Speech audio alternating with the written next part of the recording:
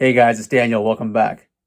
The following is a clip from my interview with Nevermind photographer Kirk Weddle, the man who took the famous underwater shots of the band as well as the shot of Spencer the baby. Now, though this video is not about this particular subject, it should be mentioned that in 2021, Spencer took legal action against Nirvana. Spencer stated that in his view, the photography of him was essentially child pornography. In 2022, about a year later, Spencer lost the lawsuit against Nirvana, with Nirvana coming out victorious. Now, this situation with Spencer was not the only issue that came out of that photo shoot. According to the photographer Kirk Weddle, there was actually another set of problems about the photo shoot itself. He discusses that with me in this interview clip. If you want to see the full interview, it's linked below.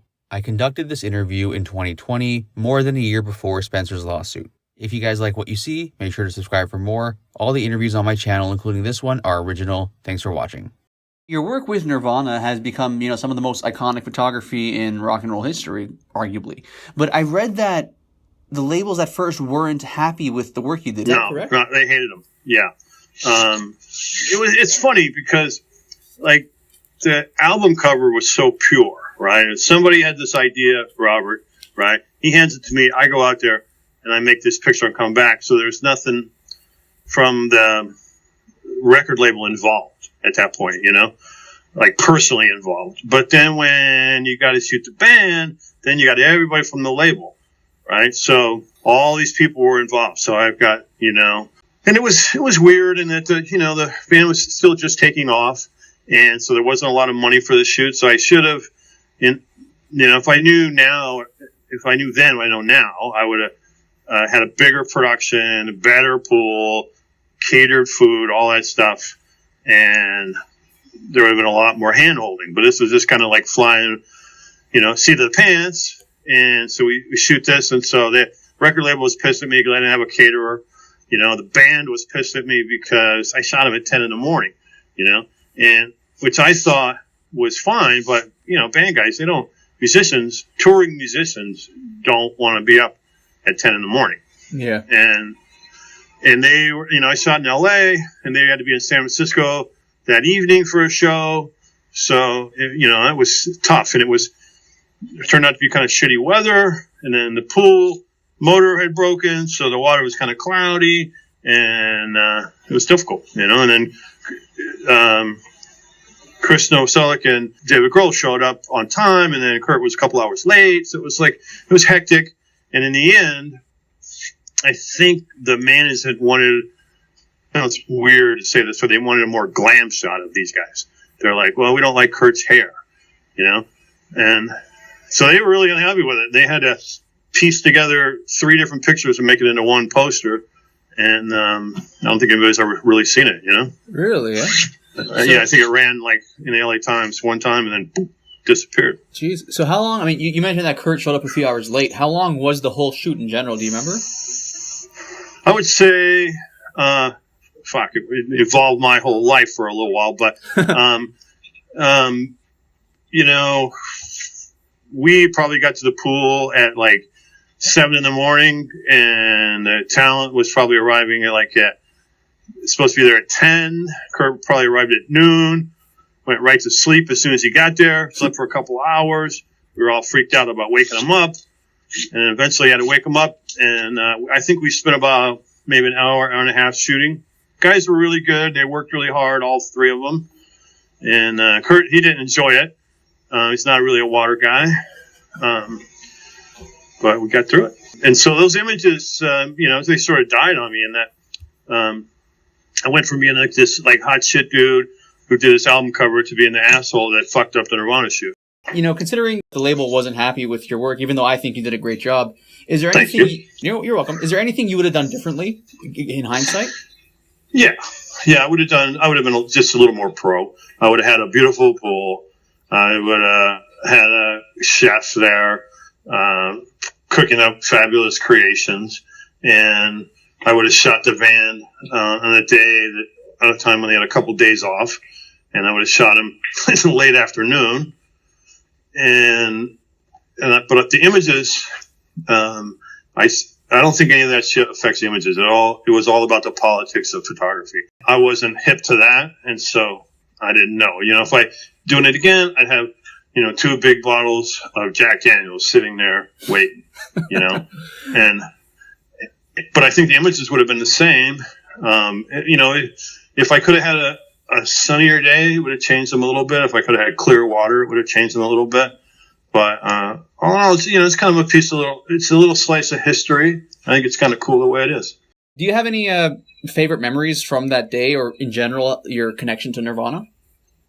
Well, I was happy I got out alive, I mean, it's a time, underwater is really tiring and difficult, so it was a bit of a job to do at the time.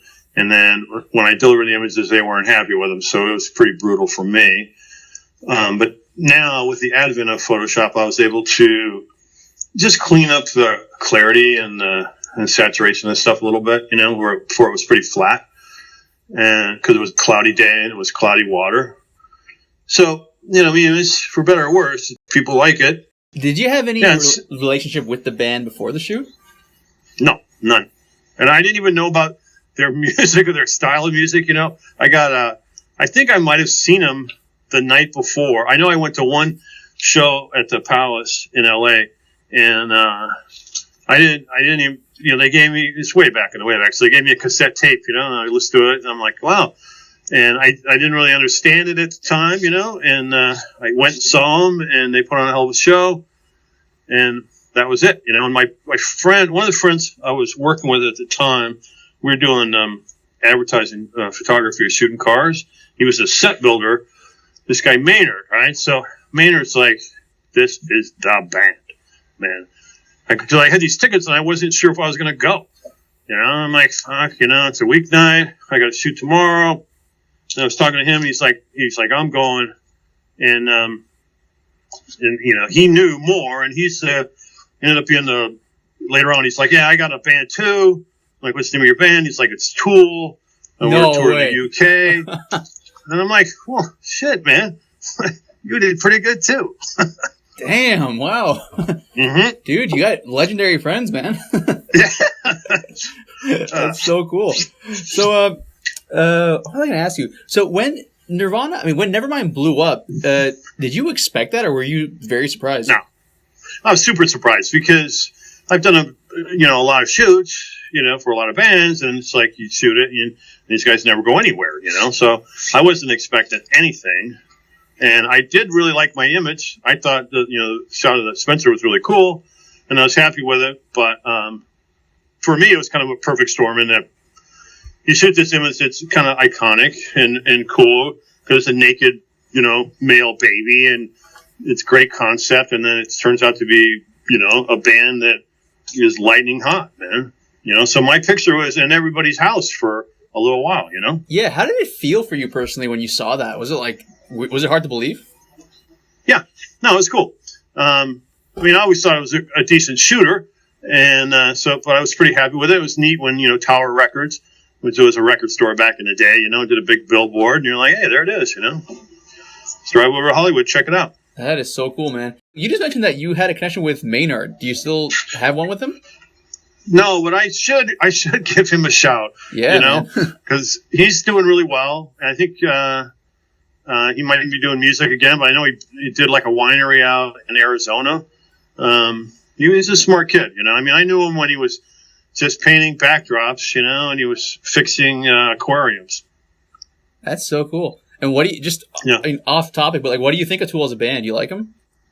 No, not my music at all, but I just admire. So, I can go with almost anything when somebody does it well, So going back to Nirvana for a second, we've discussed how the label wasn't a fan of the underwater shots you took of the band, initially at least, even though, as we know, those photos are now iconic.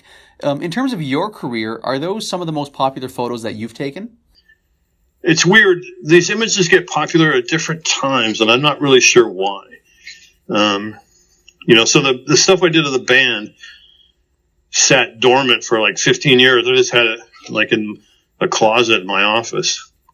And somebody at some point called me up, somebody in Europe. My stuff sells a lot better in Europe than it does in the States. I don't know why. But some guys in Europe did it, so I, dug out some images, got them scanned, cleaned them up a little bit, And once I did that, I had this huge flow of sales for several years, and then it'll die down and it'll come back. So Suicide didn't really do it, but I think, he's in the 27 club, and, he died at the top of his game. So all that kind of adds to it in a weird way. I see that you guys put a ladder across the pool. Right. What was the purpose of that ladder? That's what the drum kit was attached to.